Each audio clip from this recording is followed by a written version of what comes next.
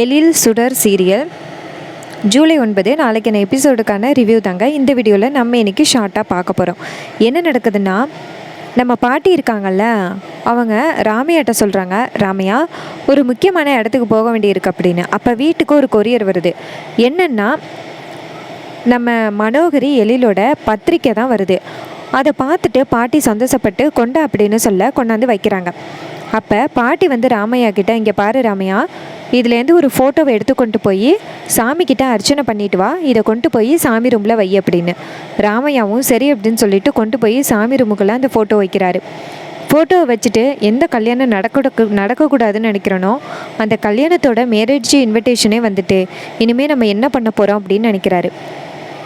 அதுலேருந்து ஒரு ஃபோட்டோவை எடுத்துக்கிட்டு நேராக ராமையா கோயிலுக்கு போகிறாரு.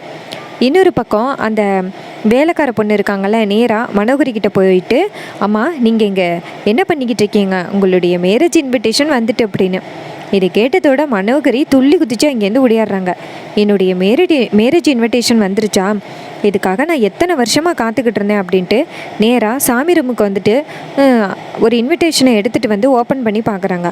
பார்த்தா அதில் சுடரோட ஃபோட்டோ இருக்குது, மனோகரியோட ஃபோட்டோவுக்கு பதிலாக. அதை பார்த்ததோட செம அதிர்ச்சி ஆகுறாங்க மனோகரி. அப்படியே அந்த பத்திரிக்கையை கசக்குறாங்க. கசக்கிட்டு கோவமாக போயிட்டு, சுடர் வெளியில் வாடி அப்படின்னு சொல்ல சுடர் வெளியில் வராங்க.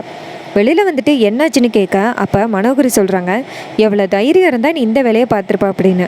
அப்போ சுடர் கேட்குறாங்க, நான் என்ன பண்ணேன் அப்படின்னு. அப்போ மனோகரி அந்த இன்விடேஷனை நம்ம சுடரோட மூஞ்சில் வீசுகிறாங்க. அப்போ சுடர் அந்த இன்விடேஷனை பார்த்துட்டு அதிர்ச்சி ஆகுறாங்க. அப்போ சுடர் சொல்கிறாங்க, இதுக்கும் எனக்கும் எந்த வித சம்மந்தமும் இல்லை அப்படின்னு. அப்போ மனோகரி சொல்கிறாங்க, சம்மந்தம் இல்லாமையா உன் ஃபோட்டோ இதில் இருக்குது, என்ன காரியம் நீ பண்ணி வச்சுருக்கா, உன்னை நான் சும்மா விட மாட்டேன்டி அப்படின்னு. அப்போ அந்த இடத்துக்கு பாட்டி வராங்க. பாட்டி வந்துட்டு என்னாச்சுன்னு கேட்க மனோகரி சொல்கிறாங்க, என்னுடைய இன்விடேஷன் வந்துட்டு ரொம்ப சந்தோஷமாக அங்கேருந்து வந்து பார்க்க வந்தேன். ஆனால் வந்து பார்த்தா இவளுடைய ஃபோட்டோ என் ஃபோட்டோ இருக்கிற வேண்டிய இடத்துல இருக்குது அப்படின்னு. அப்போ பாட்டி சொல்கிறாங்க, இங்கே பாரு, இதில் சுடரோட தப்பு எதுவுமே இல்லை, நான் தான் வந்து எதுவும் மாற்றி கொடுத்துருப்போம் போல், சுடருக்கும் இதுக்கும் சம்மந்தமே இல்லை அப்படின்னு. அப்போ மனோகரி கோவமாக இருக்க, அப்போ பாட்டி சொல்கிறாங்க, இங்கே பாரு, நடந்தது நடந்து போச்சு, இங்கே பாரு, இந்த இன்விடேஷனை கொண்டு போய் யாருக்கிட்டையும் லீக் பண்ண வேணாம், கொண்டு போய் வச்சுருங்க அப்படின்னு. அப்போ மனோகரி கிட்ட பாட்டி சொல்கிறாங்க, இங்கே பாரு மனோகரி, கோவப்படாத, இதுக்கும் அதுக்கும் எந்த வித சம்மந்தமும் இல்லை அப்படின்னு. இதை கேட்டதோட மனோகரியே சரின்னு சொல்லி அமைதியாக இருக்காங்க.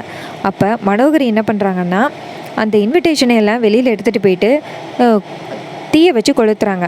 இன்னொரு பக்கம் அதே இன்விடேஷனை ராமையா கோயிலில் வச்சு பூஜை பண்ணுறாரு. ராமையா வந்துட்டு அது மனோகரியோட இன்விடேஷன்னு நினச்சி இந்த கல்யாணம் நடக்கக்கூடாதுன்னு வேண்டாரு. அதே நேரத்தில் ஒரு பூசாரி வந்துட்டு இந்த கல்யாணம் கண்டிப்பாக நடக்கும் அப்படின்னு சொல்கிறாரு. இதை கேட்டுட்டு ராமையா அதிர்ச்சி ஆகுறாரு. இன்னொரு பக்கம் அந்த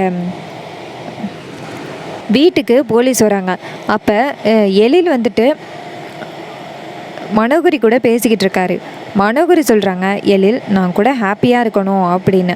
அப்போ எழில் சொல்கிறாரு, இங்கே பாரு, என்னுடைய ஒய்ஃப் செத்த பிறகு எனக்கு கண்டிப்பாக அடுத்த காதல் கண்டிப்பாக கிடையாது, நீ என் பிள்ளைகளோட நல்லா பார்த்துப்பா அப்படின்னு தான் நான் உன்னைய கல்யாணம் பண்ணிடுறேன் அப்படின்னு. இது கேட்டதோட செம்ம ஷாக் ஆகுறாங்க அந்த மனோகரி. அப்போ வீட்டுக்கு போலீஸ் வந்திருக்காங்க. உடனே எழிலும் மனோகரியும் போகிறாங்க. அப்போ போலீஸ் என்ன சொல்கிறாங்கன்னா, சார், இது மாதிரி உங்கள் ஒய்ஃப் செத்தது வந்துட்டு திட்டமிட்ட ஒரு மர்டர் அப்படின்னு. இது கேட்டதோட எழில் அதிர்ச்சி ஆகுறாரு. அந்த ஃபோட்டோவையும் காமிக்கிறாங்க போலீஸ், இவன் தான் உங்கள் மனைவியை கொன்னது அப்படின்னு.